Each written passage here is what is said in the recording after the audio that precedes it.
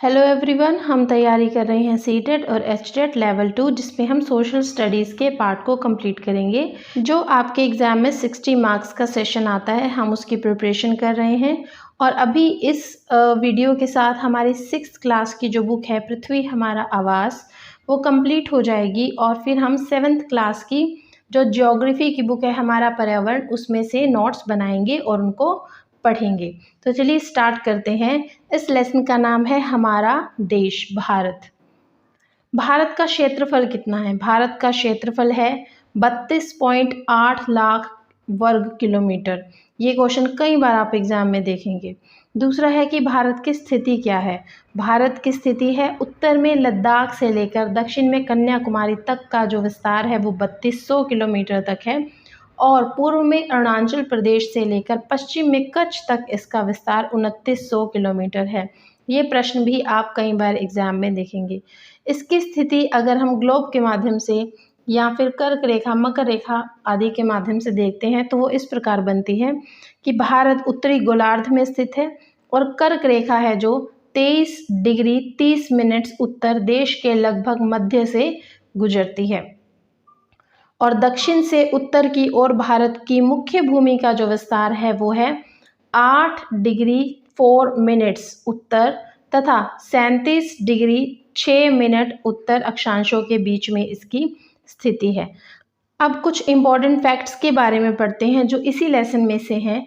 पहला कि संयुक्त राज्य अमेरिका में 7 मानक समय है और कनाडा में 6 मानक समय है। ऐसा क्यों है?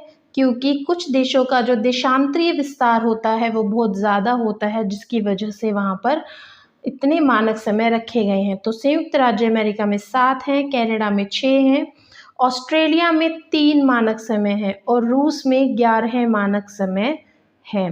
प्रत्येक एक देशांतर के लिए स्थानीय समय में 4 मिनट का अंतर आ जाता है। जैसे ही आप एक देशांतर आगे बढ़ेंगे वो 4 मिनट का अंतर उसमें आ जाएगा। भारत में 82 डिग्री 30 मिनट पूर्व देशांतर के स्थानीय समय को हम भारत का मानक समय मानते हैं, यानी कि इसी के हिसाब से हम समय निर्धारित करते हैं। और सुंदरवन डेल्टा का जो निर्माण है वो गंगा और ब्रह्मपुत्र नदियां करती हैं।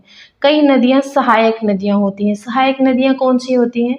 वे नदियां जो किसी स्थान से निकलकर किसी बड़ी नदी या सागर में जाकर मिल जाती हैं, उन नदियों को कहते हैं सहायक नदियां। और गंगा और ब्रह्मपुत्र की नदियां जिस डेल्टे का निर्माण करती हैं वो है सुंदरवन डेल्टा। अब कुछ इम्पोर्टेंट और फैक्ट्स हैं जिन्हें पढ़ेंगे। डॉक्टर गिरिराज सिरोही जो उत्तर प्रदेश से संबंधित हैं, दक्षिणी ध्रुव पर पहुंचने वाले पहले भारतीय थे। पहले भारतीय का नाम जो दक्षिणी ध्रुव पर पहुंचे थे वो थे डॉक्टर गिरिराज सिरोही। भारत ने अपना पहला अंटार्कटिक अभियान 1981 से 82 में आरंभ किया था। भारत ने अपना पहला अंटार्कटिक अभियान है जो 1981 से 82 में आरंभ किया था। तीसरा है लार्समन हिल्स ने थर्ड है हमारे पास लार्समन हिल्स ने भारत में अपना तीसरा अनुसंधान भारती खोला था। भारती और मैत्री के बारे में हमने पिछले लेसन में भी पढ़ा। ये दो जो संस्थान है, भारतीय शोध संस्थान, ये अंटार्कटिक महाद्वीप पर पाए जाते हैं। 1989 ईस्वी में दूसरे भारतीय शोध संस्थान मैत्री की स्थापना हुई थी। इसी के साथ हमारी जो 6th क्लास की बुक है ज्योग्राफी की, यानी कि पृथ्वी हमारा आवास, वो कंप्लीट हो गई है। और हम अब 7th क्लास की जो बुक है उसे करेंगे, क्योंकि पहले हम ज्योग्राफी की बुक्स कंप्लीट कर लें, फिर हम हिस्ट्री की और फिर राजनीतिक शास्त्र की किताबों को करेंगे। तो आप वीडियोस देखते रहिए और अपने एग्जाम की प्रिपरेशन करते रहिए। And continue your study. Best of luck for your exam and your study and subscribe the channel.